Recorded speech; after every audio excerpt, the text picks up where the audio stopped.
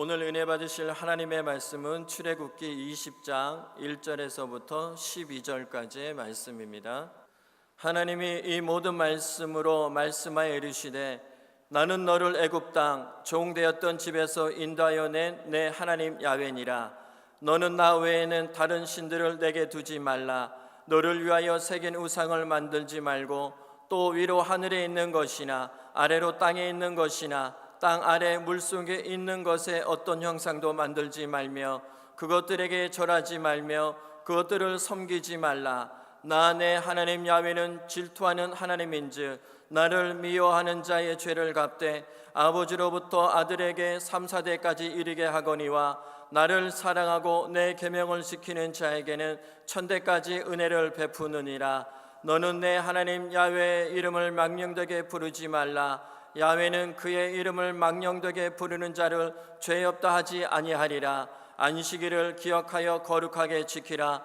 엿새 동안은 힘써 내 모든 일을 행할 것이나 일곱째 날은 내 하나님 야훼의 안식일인즉 너나 내 아들이나 내 딸이나 내 남종이나 내 여종이나 내 가축이나 내 문 안에 머무는 객이라도 아무 일도 하지 말라. 이는 엿새 동안에 나 야훼가 하늘과 땅과 바다와 그 가운데 모든 것을 만들고 일곱째 날에 쉬었음이라. 그러므로 나 야훼가 안식일을 복되게 하여 그 날을 거룩하게 하였느니라.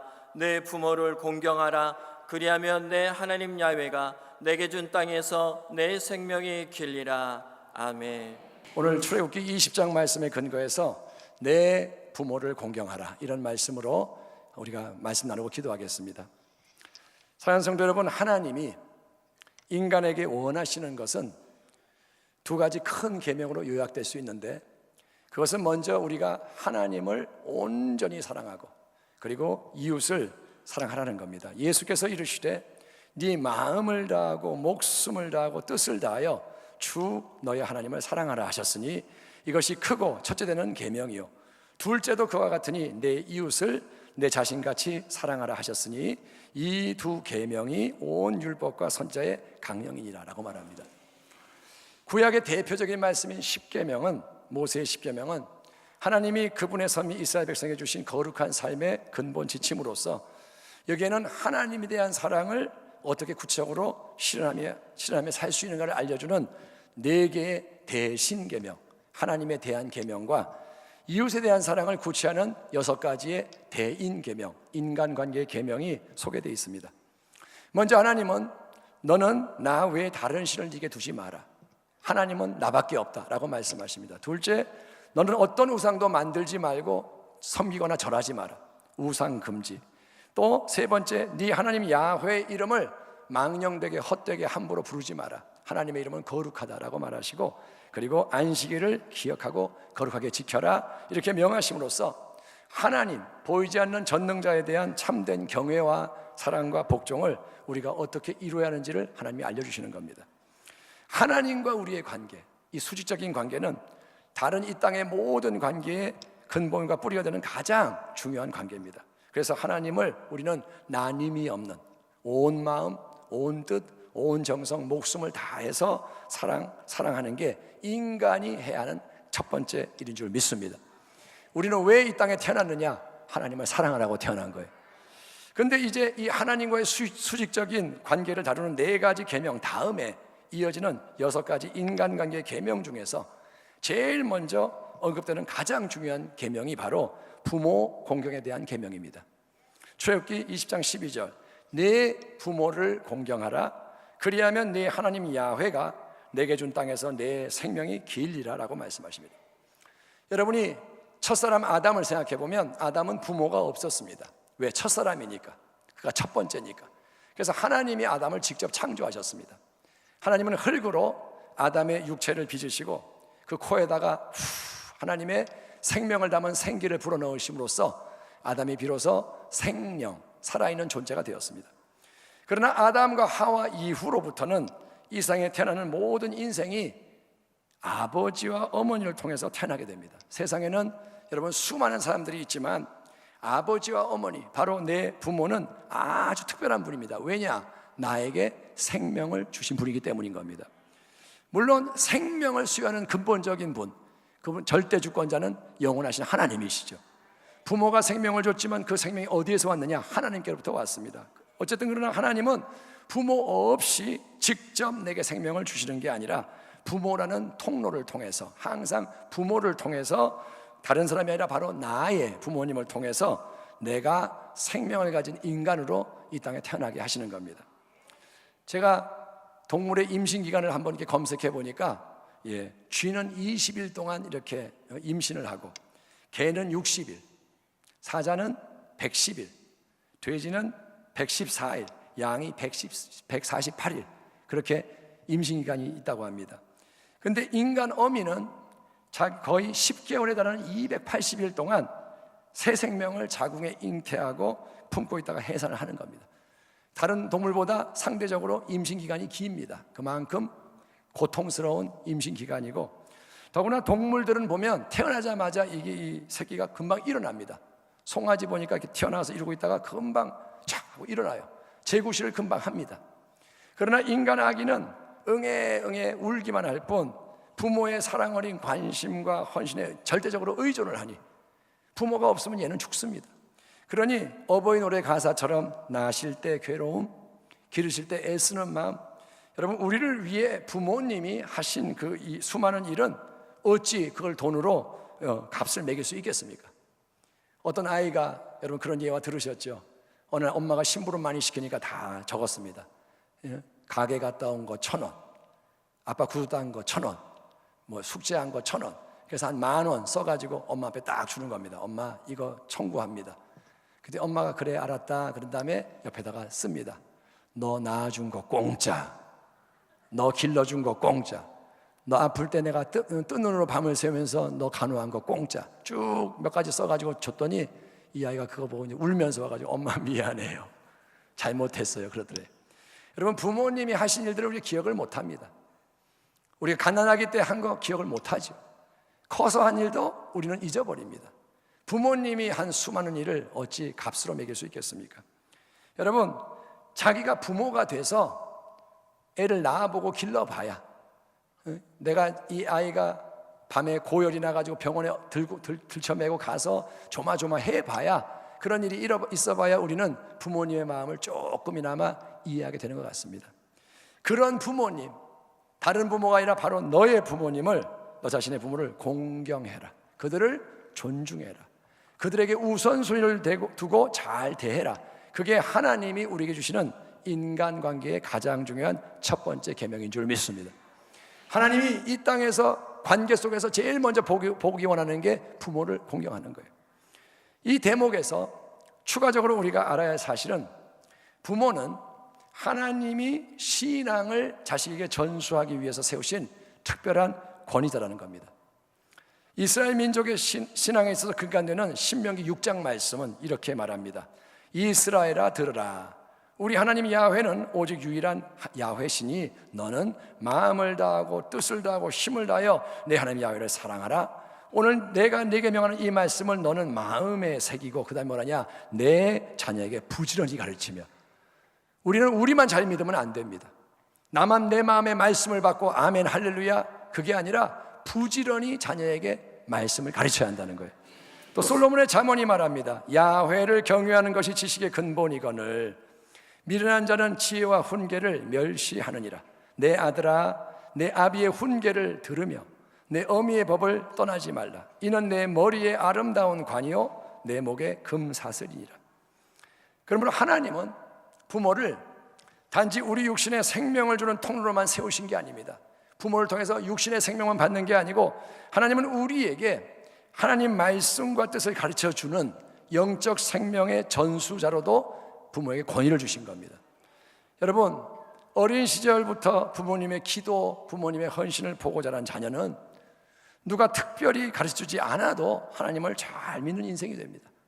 부모가 신앙생활 잘하는 그런 부모, 정말 모범이 되는 그런 부모는 자녀에게 그냥 말하지 않아도 신앙을 심어주는 거예요. 그리고 그런 자녀는 설령 한동안 이렇게 하나님 품을 떠나더라도 영원히 방황하는 게 아니라 다시 돌아오게 돼 있습니다. 그게 부모를 통해 베푸신 하나님의 은혜인 줄 믿습니다. 그렇다면 부모님이 만약에 신앙이 없는 분이거나 또는 자식을 학대하고 힘들게 하는 경우라면 어떨까요? 부모님이 존경할 만한 분이라서 내가 존경한다, 공경한다, 이거는 당연한 거죠. 그건 쉬운 겁니다. 모든 사람이 우리 부모님을 존경해요. 나도 부모님을 존경해. 그거는 당연한 겁니다. 하지만 만약에 부모님이 내 인생엔 전혀 도움이 안 돼. 차라리 도움은커녕 해가 돼. 나는 아예 부모님과 인연을 끊고 남남으로 살거나 아니면 부모님이 돌아가셔가지고 아예 안 봤으면 좋겠다라고 자식으로 하여금 탄식하게 만드는 부모가 바로 내 부모라면, 내 부모가 정말 그런 부모라면 그래도 부모를 공경하라는 말씀이 유효할까요? 정말 말도 안 되는 부모를 내가 공경해야 할까요? 이에 대한 성경의 답은 네 부모를 그들이 잘나고 잘해서가 아니라 바로 그들이 내 부모니까, 너에게는 부모가 딴 사람이 있는 게 아니라 바로 하나님이 내게 주신 부모가 바로 그들이므로 공경하라. 이것이 하나님의 말씀입니다. 우리가 아멘하지만 이 말씀이 누군가에게는 굉장히 가혹할 수 있습니다. 그건 너무하다. 정말 그거는 나에게 너무 큰 짐이다. 여러분, 자식인 나를 부모님이 택해서 낳은 게 아니듯이, 그렇죠? 부모가 나를 택해서 낳은 게 아니듯이 우리 또한 부모를 선택해서 가족의 일원이 된 게 아닙니다. 철이 없을 때는 우리는 남의 부모와 우리 부모를 비교하면서 내가 저 집에 태어났다면 얼마나 좋을까? 돈 많고 고상하고 평판 좋은 남의 부모, 아무개집 저 부모가 내 부모라면 얼마나 행복할까 푸념할 수 있지만, 그거는 여러분 부모님도 마찬가지입니다. 속만 잔뜩 시키는 이놈 말고 이게 내 아들이 아니고 옆집에 저 똑똑하고 착한 아무개가 내 아들이면 얼마나 좋을까? 이 무뚝뚝한 내 딸 말고 저 옆에 있는 재능 많고 예쁘고 싹싹한 아무개 저 딸이 내 딸이면 얼마나 행복할까? 자식도 푸념할 수 있고 부모도 푸념할 수 있습니다. 하지만 그거는 아무 쓸데없는 생각이고 하나님이 절대로 이루어지지 않는 허탄한 소원입니다.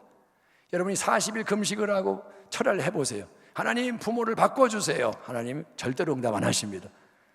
자식도 안 바뀝니다. 여러분, 하나님은 그냥 네 부모, 지금 너의 부모를 공경해라. 그리고 네 자식, 속 썩이고 말 안 듣는 그 자식을 사랑해라. 이게 하나님의 명령인 줄 믿습니다. 그러니까 우리가 좋든 싫든 내 부모를 공경해야 하는 게 하나님의 말씀인데 거기에는 이유가 있습니다. 그 이유는 첫째 뭐냐? 부모님을 공경하는 게 주 안에서 옳기 때문인 줄 믿습니다. 한번 따라 합시다. 부모를 공경하는 것이 옳은 일이다. 자, 10계명의 제5계명과 똑같은 부모 공경의 명령이 에베소서에는 이렇게 기록되어 있습니다. 자녀들아, 주 안에서 너희 부모에게 순종하라. 이것이 옳으니라. 여러분, 우리 주 예수님을 보면 예수님은 하나님의 아들입니다.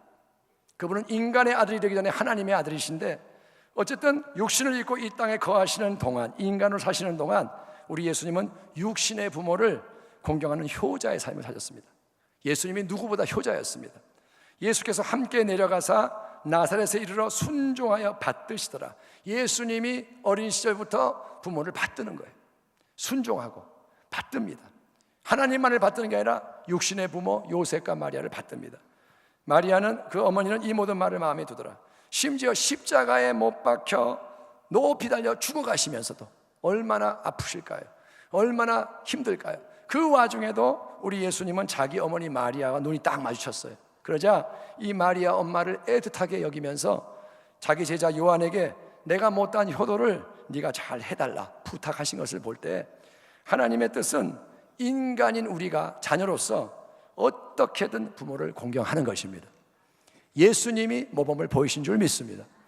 그러니까 우리는 주 안에서 부모를 공경해야 합니다. 따라합시다. 주 안에서, 주님 안에서. 그러니까 유교의 효도가 있죠. 유교도 효도하잖아요. 근데 유교의 효도는 그냥 부모를 공경하는 겁니다. 내가. 근데 기독교의 효도는 뭐냐? 주 안에서 공경하는 거예요. 그 말은 뭐냐? 주 안에서 사람을 보지 말고 주님을 바라보라는 거예요. 내 부모를 보면서 말하지 말고 주님을 바라보고, 또 부모의 자격, 조건, 어떤 업적 때문에 공경하는 게 아니라 주님 때문에 부모를 공경하고 부모에게 순종하라는 것입니다. 주 안에서 주님 때문에, 주님 보고. 그러나 주 안에서 부모의 부모에게 순종하라는 이 말씀은 부모가 하는 모든 말에 우리가 로봇처럼 무조건 다 복종해야 한다, 이 말씀은 아닙니다. 부모가 뭘 말하든 해야 된다, 그 말은 아닙니다. 왜냐하면 주 안에서라는 표현은 주님의 뜻 안에서, 즉 주님의 뜻에 어긋나지 않는 그런 범주 안에서라는 의미가 담겨 있기 때문입니다. 한 예를 들겠습니다. 어떤 신앙 좋은 시골에 사는 아들이 교회를 가는데 아버지는 불신자고 옛날에 한 주먹 했고 술을 많이 마시는 분, 그래서 아버지가 무섭게 핍박을 하는 겁니다. 교회 가는 걸 엄청 싫어합니다. 그래서 네 이놈, 내 이놈, 내가 교회 가지 말라고 했지, 너 아버지 말이 우습냐? 아버지 무시하냐? 한번 죽도록 맞아볼래? 그래서 이 아버지가 아들을 막 때립니다. 몽둥이로 때리고 막 발로 차고, 그리고 이제 일거리를 많이 주는 거예요. 아버지가 꾀를 내가지고 이거 다 하기 전에는 교회 못 간다, 교회 못 가게 하려고. 또 이제 밖에서 문을 걸어 잠그기도 하고, 성경책을 불태우고, 옷을 갖다가 숨겨버리고, 그러니까 온갖 수단 방법을 총동원해서 아들의 신앙생활을 방해했지만, 교회 못 가게 했지만, 이 아들은 늘 공손하게 그러나 아주 단호하게 아버지의 방해에 맞서 교회 계속하는 겁니다. 매를 맞으면 아픈 몸을 이끌고 가고, 새벽에 이제 일을 많이 주면 새벽에 별이 떠 있을 때 일어나 가지고 그 일을 다 해내고 가고, 예? 그리고 문을 걸어 잠그면 어떻게 할까요? 창문을 뚫고 나가고, 그리고 성경책 불태우면 성경 없이 가고, 옷을 숨기면 옷 대신에 뭐 이렇게 천 같은 거 둘 매고 허리 그냥 대충 쪼매고 그냥 가는 거예요. 그래서 그렇게 이 아들이 계속 신앙을 지키는 겁니다. 부모님은 가지 말라 그럽니다. 이 아들은 갑니다. 여러분, 우리가 부모를 공경해야 하지만, 그게 하나님 말씀이지만, 부모보다 먼저 공경해야 할 더 크고 두려우신 분이 계신데 그분이 하나님이신 줄 믿습니다. 하나님이 부모도 만들었고 자식도 만들었어요. 하나님이 절대 주권자예요. 예수님도 참된 제자의 길에 대해서 이렇게 말씀하셨습니다. 아버지나 어머니를 나보다, 예수님보다 더 사랑하는 자는 내게 합당하지 아니하고, 아들이나 딸을 나보다 더 사랑하는 자도 내게 합당하지 아니하며, 또 자기 십자가를 지고 나를 따르지 않는 자도 내게 합당하지 아니하니라. 여러분, 누구든지 또 무엇이든지 우리가 하나님보다, 예수님보다 더 사랑한다면 그게 바로 뭐냐? 나의 우상인 거예요.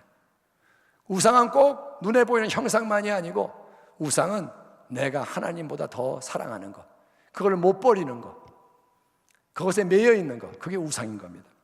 그러므로 우리는 부모님이 우상이 되지 않도록, 자식이 우상이 되지 않도록, 또 내 자신이 우상이 되지 않도록 우리는 주의해야 할 줄 믿습니다. 그거를 나는 못 깨달아요. 성령님이 깨닫게 하시는 줄 믿습니다. 아, 내가 보니까 하나님보다 이걸 더 붙잡고 있구나. 성령이 깨닫게 하셔야 돼요. 그러니까 주 안에서라는 말이 여러 의미가 있는데, 세 번째로 주 안에서 부모를 공경하는 것은 내 힘으로가 아니라 주님이 공급하시는 은혜의 능력으로 부모를 대하라는 말입니다. 한번 따라 합시다. 주님이 힘을 주심으로 부모를 잘 대하라. 여러분, 이 시대는 전반적으로 권위에 대한 저항과 반발이 심한 시대입니다. 옛날에는 어른이 뭐 말하면 다 들었잖아요. 예? 한마디 뭐 대꾸도 못하고, 그게 좋은 건 또 아니죠. 너무 억압당했으니까. 어쨌든 옛날에는 권위가 있었는데 지금은 학교에서도 교권이 다 무너졌습니다. 예, 학교에 가면 선생님이 아주 우습습니다. 또 가정에서도 부모의 권위가 상실된 시대입니다. 어찌 보면 그게 제일 큰 문제인 거예요. 가정에서 부모가 아닌 겁니다. 그래서 어른이 없는 겁니다. 여러분, 자식들이 부모에게 막 대들고 함부로 말하고, 그렇게 비일비재하고, 심지어 자식들이 부모를 폭행하는 일도 많이 일어나고. 근데 여러분, 그게 뭐냐면 마지막 때의 징조 중에 하나라는 거예요. 왜 이 세상이 이렇게 막 말도 안 되게 돌아가느냐? 마지막 때의 징조 중에 하나가 부모를 거역하는 겁니다. 너는 이것을 알라. 말세에 고통하는 때가 이르러 사람들이 자기를 사랑하며, 한번 이 말씀을 쭉 들어보세요. 얼마나 이 시대와 맞는지. 그게 우리의 삶하고 연결됩니다. 사람들이 자기를 사랑하며, 돈을 사랑하며, 자랑하며, 교만하며, 비방하며, 부모를 거역하며, 이게 나오죠. 부모를 거역하며, 감사하지 아니하며, 거룩하지 아니하며, 무정하며, 원통함을 풀지 아니하며, 모함하며, 절제하지 못하며, 사나우며, 선한 것을 좋아하지 아니하며, 배신하며, 조급하며 자만하며 쾌락을 사랑하기를 하나님 사랑하는 것보다 더하며 경건의 모양은 있으나 예수 믿는 것 같으나 경건의 능력은 부인하니 이 같은 자들에게서 네가 돌아서라. 마지막 때는 신앙이 갈립니다. 한 사람이 들림받고 한 사람은 남고, 같이 있는데 한 사람은 하나님께로 올라가고 한 사람은 버림당하고. 여러분, 이 마지막 때는 신앙을 새롭게 하려면 악을 떠나야 할 줄 믿습니다. 이전에는 대충 살았을지 몰라도 이제 여러분이 하나님의 말씀, 이런 말씀을 듣는 것은 뭐냐? 하나님이 여러분에게 그걸 요구하시는 거예요. 이제는 순전한 신앙을 가져라. 거룩한 신앙을 가져라. 사람들에게 인정받는 신앙이 아니라 하나님이 인정하는 신앙을 가져라. 부모를 거역하는 게 시대의 풍조입니다. 그런데 이 풍조에 대항해서 부모를 내가 공경하려면, 남들은 다 부모를 멸시하는데 나는 부모를 공경한다, 이렇게 하려면 이건 내 힘만으로는 절대 안 되고 주님이 주시는 새로운 마음, 주님이 주시는 새로운 능력이 필요한 줄 믿습니다. 우리는 내면이 변화돼야 돼요. 마음이 새로워져야 돼요. 마음이 바뀌어야 힘이 나오는 겁니다. 내가 완전하지 않듯이, 보세요, 부모님도 완전하지 않습니다. 부모님의 실수, 잘못 있지요. 부모님의 약함이 있습니다. 부족이 있습니다. 인간적으로 자식이 나를 섭섭한 거, 그걸 비판하고 정죄할 수 있습니다. 원망, 불평, 반항할 수 있습니다. 그런데 그렇게 하지 않고 내가 모든 것을 참고 참된 사랑과 섬김으로 효도를 하려면 여러분, 주님이 함께 하셔야 합니다. 주님이 도와주셔야 합니다. 그러므로 주 안에서, 이 말이 참 중요한 거예요. 신앙은 주 안에서입니다. 예수님은 포도나무, 나는 가지, 주 안에 거하라.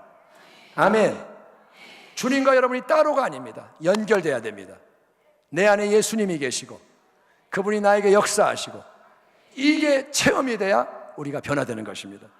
주 안에서, 그래서 부모님을 공경하라, 이 말은 첫째, 그것이 주님을 보면서 주님 때문에 그렇게 하라는 거예요. 예수님, 당신도 그렇게 하셨죠? 당신이 그걸 원하시죠? 그래서 주님 때문에 공경하고, 그 다음에 주님의 뜻을 기준 삼아서 주님이 기뻐하시는 범주 안에서 그렇게 하는 겁니다. 하나님의 말씀 앞에 부모의 말을 판단해서 주님이 원하시는 데 순종하고, 그리고 내 힘이 아니라 주님이 공급하시는 은혜를 힘입어서 공경하라는 겁니다. 우리가 부모를 공경하는 첫 번째 이유는 그러니까 주 안에서 그것이 옳은 일이기 때문인 줄 믿습니다. 자, 두 번째로 우리가 부모를 공경하는 이유는, 이거는 굉장히 좋은 건데, 그렇게 할 때 우리가 하나님이 약속하신 특별한 복을 누리게 된다는 것입니다. 다시 한번 출애굽기 20장의 10계명을 보면 하나님이 이렇게 말씀하십니다. 내 부모를 공경하라. 그리하면 내 하나님 야훼가 내게 준 땅에서 내 생명이 길리라. 아멘. 아멘. 하나님이 복을 주신다는 거예요. 사도 바울은 동일한 계명을 확장시키면서 이렇게 말합니다. 자녀들아, 주 안에서 너희 부모에게 순종하라. 이것이 옳으니라. 내 아버지와 어머니를 공경하라. 이것이 약속이 있는 첫 계명이니 이로써 네가 잘 되고 장수하리라. 아멘. 하나님은 인간관계를 규정하는 다른 계명들, 즉 살인하지 말라, 간음하지 말라, 도둑질하지 말라, 그리고 내 이웃에 대해서 거짓 증거하지 말고 이웃의 소유를 탐내지 말라, 이 말씀에는 그거를 네가 지키면 내가 이런 축복을 준다, 약속을 덧붙이지 않으시고 그냥 하지 마라, 하지 마라, 하지 마라, 하나님이 명령만 내리셨습니다. 그렇잖아요. 하지 마라, 하지 마라, 끝. 그런데 유독 부모를 공경하는 다섯 번째 계명에 대해서만 너희가 그렇게 행하면 내가 좋은 것을 너희에게 선물로 줄 것이다. 부모를 공경하는 너에게 내가 좋은 걸 주려고 예비하고 있다. 부모를 공경하는 사람에게는 내가 삶의 터전인 땅을 줄 것이고, 너에게 필요한 땅을 줄 것이고, 그 땅에서 네가 잘 되게 할 것이다. 네가 은총을 입고 형통하는 자가 되게 할 것이고 긴 생명을 누리게 될 것이다. 약속하고 계시는 게 굉장히 인상적입니다. 왜 여기에만 이 약속이 있을까? 왜 여기에는 축복을 말씀하실까? 그거는 여러분, 그만큼 자식이 자기 부모를 공경하는 게 하나님께 중요하다는 거예요. 이 땅에 대해서 하나님이 가시는 마음이 있는데 그만큼 자식이 부모를 공경하는 것이 하나님께 중요하고 그분을 기쁘시게 하는 줄 믿습니다. 왜냐하면 부모를 공경할 때 질서가 쓰는 거예요. 권위가 쓰는 거예요. 아멘. 만약에 우리의 가정이 회복이 된다면, 부모님이 부모가 된다면 다른 게 바뀝니다. 가정에서 부모가 권위를 갖는다면 학교에서 교권이 회복됩니다. 그러면 사회에서 권위가 회복이 돼요. 지금은 그게 다 무너지고 있습니다. 여러분, 우리는 그러니까 하나님의 마음을 알고 하나님의 뜻대로 부모께 순종해야 됩니다. 근데 반대로 보면 축복이 있다는 건 뭐냐? 저주도 있다는 거예요. 그래서 부모에게 거역하는 자, 순종 안 하고 거역하는 자, 예컨대 부모를 조롱하는 자, 부모를 저주하는 자, 부모를 구박하는 자, 나이 먹었다고 힘없다고, 내가 옛날에 당한 거 갚아줄 거야, 이런 사람들, 폭력을 행하는 자, 거기에는 무서운 징벌과 심판이 예고되어 있다는 것도 우리가 알아야 합니다. 하나님의 말씀을 우리는 그대로 믿어야 합니다. 아멘. 하나님을 여러분 경외해야 됩니다. 내 삶 아무렇게나 산다고 보고 임하는 게 아닙니다. 내가 하나님 뜻에 어긋나게 살면서 좋은 거 기대하는 것은 그거는 신앙이 아닙니다. 우리는 하나님이 하시는 모든 이 말씀을 귀 담아 듣고 이제 우리는 부모 또 어르신에 대한 우리의 태도, 지금 저와 여러분의 태도, 나이 드신 분이 내 앞에 있을 때 나는 어떻게 하는가, 또 우리의 말, 우리의 행동, 이거를 잘못되지 않았나 돌아봐야 할 줄 믿습니다. 오늘 주님은 우리가 그걸 돌아보라고 우리에게 기회를 주시는 겁니다. 내 삶에서 그게 바뀌기 원하시는 거예요. 그러면 우리가 어떻게 부모님에 대한 참된 공경을 실천할 수 있을까요? 부모님을 존중하고 그분에게 인간관계 우선순위를 둬라, 이 말씀은 좋은 말씀이고 아멘 하지만 그 말씀을 삶에 적용하자면 어떻게 구체적으로 행할 수 있을까요? 여러분, 가장 중요한 건 부모님을 예수 믿게 할 줄 믿습니다. 아멘. 제일 중요한 거, 다른 거 다 해도 이거 안 하면 안 됩니다. 부모님 예수 믿어야 되는 거예요. 그래야 천국을 가는 겁니다. 자, 아까 그 아들, 아버지의 핍박 속에서도 꿋꿋하게 계속 교회에 나갔던 아들, 불순종하는 것 같지만 신앙을 지킨 그 아들은 지혜로웠습니다. 아버지에게 맞서 싸우지 않고 항상 공손했어요. 항상 진실했어요. 항상 아버지 앞에 웬만하면 순종하는 거예요. 이거 해, 그럼 다 하는 거예요. 뭐 아버지가 때리면 맞고, 폭언을 하면 그대로 참고, 그러면서 계속 교회 나가고 기도하고 순종했을 때 결국은 아버지도 감동을 받은 줄 믿습니다. 그래서 함께 어느 날 교회 나가게 된 거예요. 구원받은 줄 믿습니다. 여러분, 어찌 보면 부모와 가족을 전도하는 게 가장 어려울 수 있습니다. 모르는 사람에게 예수 전가하는 것은 오히려 쉽습니다. 부모에게 복음을 전하면 부모님이 어른이니까 여러 가지가 어렵죠. 하지만 낙심하지 말고 포기하지 않고 여러분이 계속 나아가면 하나님은 복음을 전할 기회를 주실 줄 믿습니다. 완악해도 하나님의 마음을 탁 만지면 변화되는 거예요. 아멘. 예를 들면 그 아빠가, 완악한 아빠가 밤에 꿈을 꿨는데 무서운 꿈을 꾼 거예요. 그래가지고 확 일어나가지고 인생이 뭐냐, 죽으면 어떡하냐, 마음이 흔들려요. 그때 아들이 예수 믿으세요. 그러면 마음이 열릴 수 있는 거예요. 하나님을 믿으시기 바랍니다. 하나님이 기회를 만들어주세요. 그리고 하나님은 반드시 때가 되면 아름다운 구원의 열매를 주실 것입니다. 여러분의 부모님이 예수를 안 믿는다면 계속 날마다 기도하시기를 축원합니다. 예수를 믿으셔도 그분들을 기도하기를 축원합니다. 그러나 여러분, 기도만 열심히 하면 되나요? 아니요. 어버이날 제일 부모님이 싫어하는 게 뭔지 아십니까? 카네이션만 달아드리고 아무것도 안 하는 거. 어버이날 카네이션 딱 달아드리고 그냥 가버렸어요. 그러면 부모님이 제일 싫대요.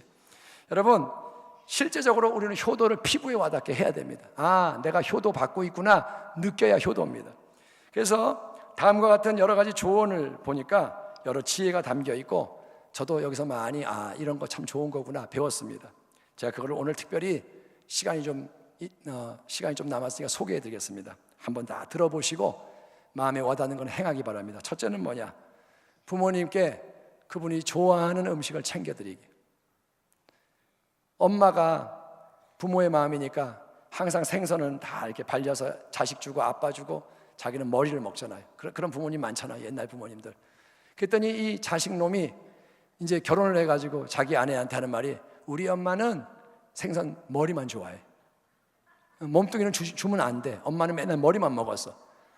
그게 근데 부모님의 진심일까요? 아니요. 엄마도 사람입니다. 먹고 싶은 것도 있고 다 참은 거죠. 그러니까 부모님 좋아하는 음식을 알아가지고 챙겨드리는 겁니다. 그게 효도의 한 방법.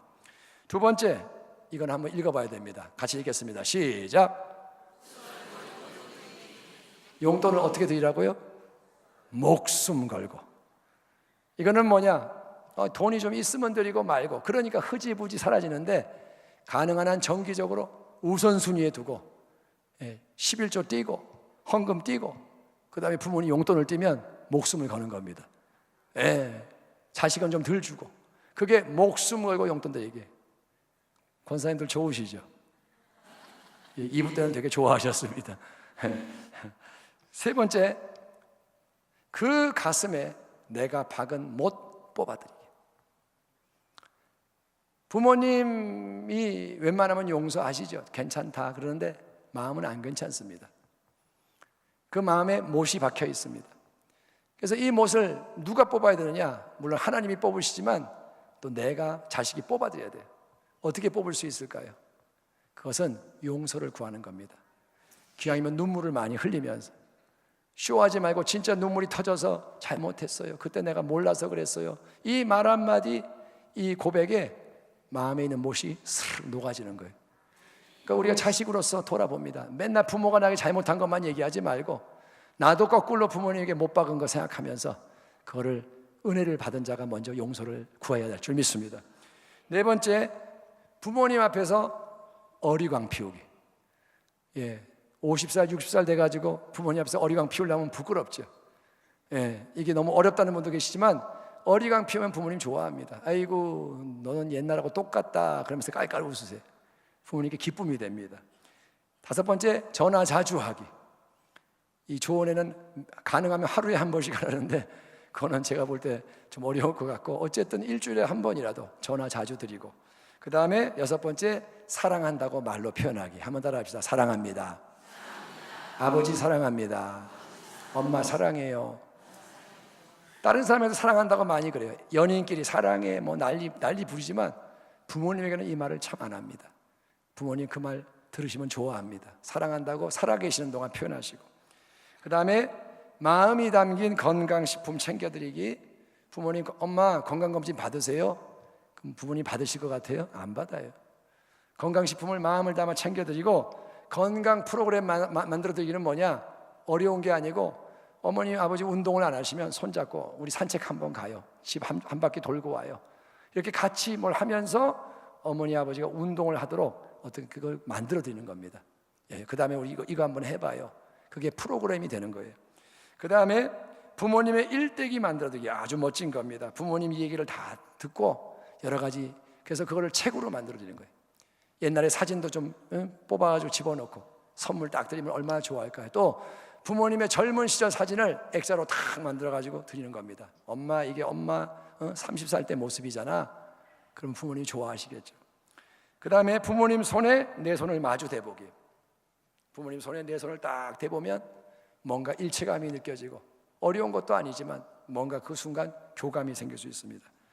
그 다음에 내가 축하받을 자리에 부모님 모시기. 내가 어떤 칭찬을 받거나 인정을 받는 자리 부모님 모시고 가면 자랑스러워할 겁니다. 큰 기쁨이 됩니다. 11번째, 건망증, 노화 스트레스 덜어드리기. 여러분, 아버지가 머리가 혀져가지고 참 내가 머리가 혀져서 이제 그렇다 그러면, 아빠 흰머리 잘 어울려요, 멋져요, 영화배우 같아요. 그럼 아버지가 그래? 기분이 풀어지는 거예요. 어머니가 깜빡깜빡해요. 그러면 딸이 또 옆에서 엄마 치매 걸렸어, 요새 왜 그래? 막 이렇게 하면 마음이 상해요. 근데 엄마 나이 먹으면 다 그런데 엄마는 그래도 괜찮은 거야. 그러면 엄마 마음이 풀어집니다. 아멘. 지혜를 가지고, 그 다음에 체온으로 다가가기. 스킨십, 손잡아드리고 안마해드리고 한번 안아드리고. 굉장히 쉬울 수도 있고 어려울 수도 있습니다. 평소에 안 했으면 어색해서 엄마가 또 왜 이래 이럴 수 있어요. 그래도 꿋꿋하게 나가는 겁니다. 그러면 손 잡고 다니게 되는 거예요. 그 다음에 생신 꼭 챙겨드리기. 14번째, 나중에가 아니라 지금 당장 하기. 아멘. 오늘 숙제입니다. 부모님께 살아계시면 전화하시기를 축원합니다. 두 번째, 사랑한다고 말해보세요. 전화 걸어서 엄마 사랑해 한번 해보세요. 어떤 일이 날지 몰라요. 예. 그 다음에 인생 구단인 부모님께 여쭈어보기. 특별히 중요한 결정을 하기 전에 여쭤보면 부모님의 말씀이 안 맞을 수도 있습니다. 옛날 얘기할 수도 있어요. 그러나 거기에 지혜가 담겨 있어서 배울 게 많습니다. 여쭤보시고. 그 다음에 함께 다니기. 따라합니다. 함께 다니기. 예, 부모님 함께 다니기. 미장원 같이 가서 머리 파마하고, 여자의 경우 또 소문난 맛집 자기끼만 가지 말고 부모님 한번 모시고 가고, 함께 공연도 보고 뮤지컬 한번 보여드려 보세요. 그럼 어머님이 뭐 이게 뭐냐 그러면서도 좋아하실 거예요. 학교, 회사 거기 구경시켜드리고, 하루라도 건강하실 때 모시고 여행 다니는 게 지혜입니다. 나중에는 부모님 모시고 싶어도 못 가실 때가 와요. 그러니까 우리가 지혜를 가지고 지금 하나님 주시는 마음으로 행하기를 바랍니다. 무조건 잘 된다 말씀드리기. 전화가 왔어요. 잘 지내냐? 예, 잘 지내요. 걱정 마세요. 사실은 어려운데. 근데 반대로 부모님이 잘 지내냐? 근데 아니요, 죽겠어요. 얘가 뭐 이렇고 뭐 누구나 아프고 막 그러면 부모님은 도와줄 수도 없어요. 괜히 걱정만 하는 거예요. 그러니까 선의의 거짓말인데 부모님에게는 웬만하면 예, 잘 지내요. 이게 지혜라고 합니다. 부모님 못 이룰 꿈 이뤄드리기. 아빠가 기타를 치고 싶었는데 못 배웠어요. 그러면 기타 사드리고 아빠 한번 배워보세요. 레슨 해드리고, 또 부모님이랑 노래 불러보기. 이것도 좋을 것 같습니다. 우리 듀엣으로 한번 노래 불러봐요. 그 다음에 이거는 좀 굉장히 찔리는데, 자식 옷 한 벌 살 때 부모님 옷도 한 벌 사기. 좀 심하죠? 그러면 자식 옷 두 벌 살 때 부모님 옷도 한 벌 사기. 어쨌든 자식 옷은 잘 사줘요. 그냥 사줘요. 근데 부모님 옷 사주는 거 생각 안 하는 거, 우리들 그만큼 우리가 마음이 없다는 겁니다. 그 다음에 21번째, 고마우신 부모님 상장, 감사장 만들어 드리기. 상장을 만들어요. 감사장, 상장, 성명 아무개, 생년월일 몇 월 며칠. 위 사람을 대한민국에서, 세계에서 가장 멋지고 훌륭한 부모님으로 인정하였기에 이 상장과 상품을 부상을 드립니다. 몇 월 며칠. 그래서 딱 수여하면서 상금도 드리고, 부모님이 어색하겠지만 굉장히 좋은 추억이 될 겁니다. 부모님도 여러분 한때 사랑받던 자식이었음을 기억하기. 어떤 아이가 어릴 때 버림받았습니다. 부모가 버렸어요. 남의 집에 갔어요. 그래서 얘는 엄마를 평생 원망했어요. 아, 엄마가 그럴 수 있어. 그게 무슨 엄마야. 근데 나중에 엄마를 만났는데 엄마가 하는 말이, 내가 그때 21살이었다.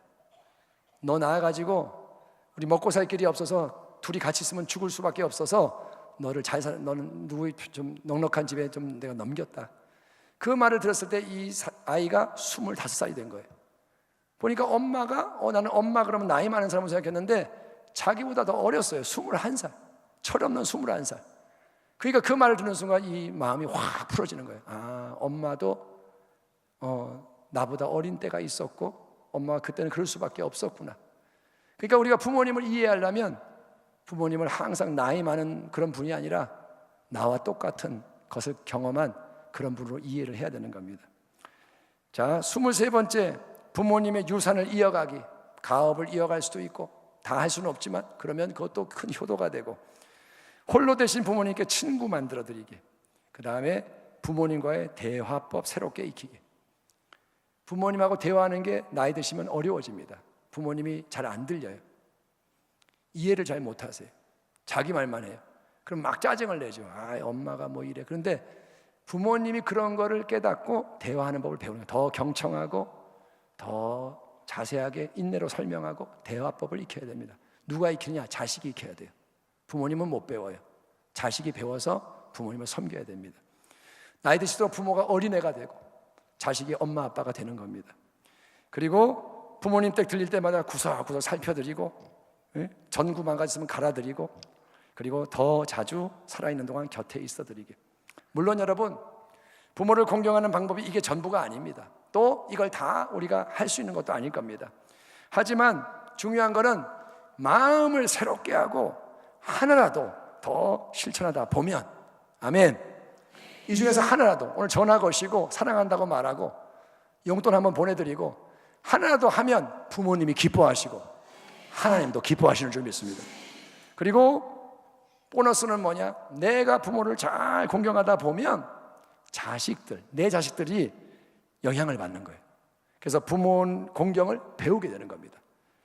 그래서 나중에 내가 나이 많이 먹었을 때 그들 자연스럽게 덕을 보는 유익이 있는 것을 믿으시기 바랍니다.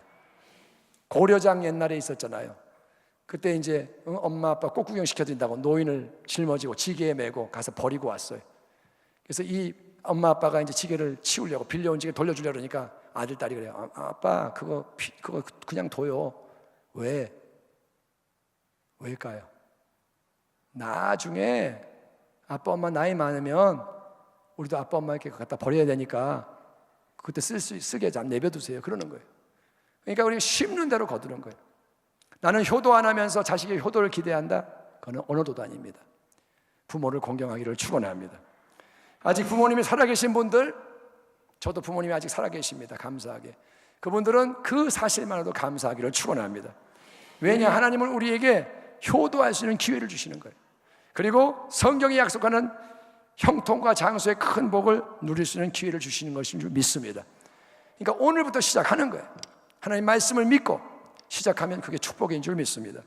안타깝게 부모님이 세상을 떠나신 분들, 그분들은 그러면 효도할 수 없고 모든 게 끝난 건가? 아닙니다. 일단은 우리는 부모를 통해 받은 모든 사랑과 은혜에 대해서 깨닫는 대로 감사하기를 축원합니다. 이미 세상을 뜨셨지만 부모님에 대해서 한번 생각해 보세요. 감사한 거 적어 보세요. 그래서 감사하고 그 다음에 부모님과의 관계에서 잘못한 것에 대해서 회개해야 됩니다. 하나님 앞에서, 영원하신 분 앞에서 회개하는 겁니다. 그리고 부모에 대한 공경은 이제 모든 어른에 대한 공경으로 확장되는 겁니다. 부모님 돌아가셔서 부모가 없는 게 아니라 이제 어르신들을 부모 삼으면 되는 거예요. 젊은 자의 영화는 그의 힘이요 늙은 자의 아름다움은 그의 백발이니라. 너는 샘머리 앞에 일어서고 노인의 얼굴을 공경하며 내 하나님을 경외하라. 나는 야훼니라. 하나님 뭐라느냐?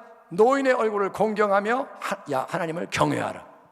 하나님을 경외하는 방법 중에 하나가 뭐냐? 노인의 얼굴을 공경하는 거예요. 하나님 말합니다. 내가 하나님이다. 그걸 내가 원한다. 나이 드신 모든 분들 내 부모로 삼는 넓은 마음이 있기를 축원합니다. 우리의 마음이 변하면 되는 거예요. 특별히 병드신 분, 외로운 분, 소외된 분, 도움이 필요한 분들 외면하지 말고 할 수 있는 만큼 잘 섬겨드리세요. 일단 작은 시작을 합니다. 그래서 여러분, 우리의 이 삶, 지금까지 살아온 삶보다 살아갈 삶은 짧습니다. 앞으로 몇 년 더 살지 우리는 모릅니다. 이 삶이 하나님 앞에서 더 아름다운 삶이 되고 하나님이 말씀에 순종하는 자에게 약속하신 모든 성경의 축복이 우리에게 더해지고 넘쳐나고 흘러가는 복된 가정의 달과 남은 평생 되기를 우리 모두의 주인 되시고 여러분 가정의 주인 되시고 우리 교회의 머리 되시는 예수 그리스도의 이름으로 축원합니다. 기도하겠습니다. 하나님 아버지 감사합니다. 오늘 우리가 하나님 앞에 부모 공경에 대한 말씀을 나누었고 기도하오니 주여 우리의 삶의 이 부분이 바뀌어지게 하여 주시고 열매 맺게 하여 주옵소서. 부모를 공경할 때 주시는 축복을 누리고 하나님의 영광을 나타내기 원합니다. 우리의 삶, 말씀을 듣는 것을 행하게 하시고 하나님께 영광 돌리게 하소서. 예수님의 이름으로 기도합니다. 아멘.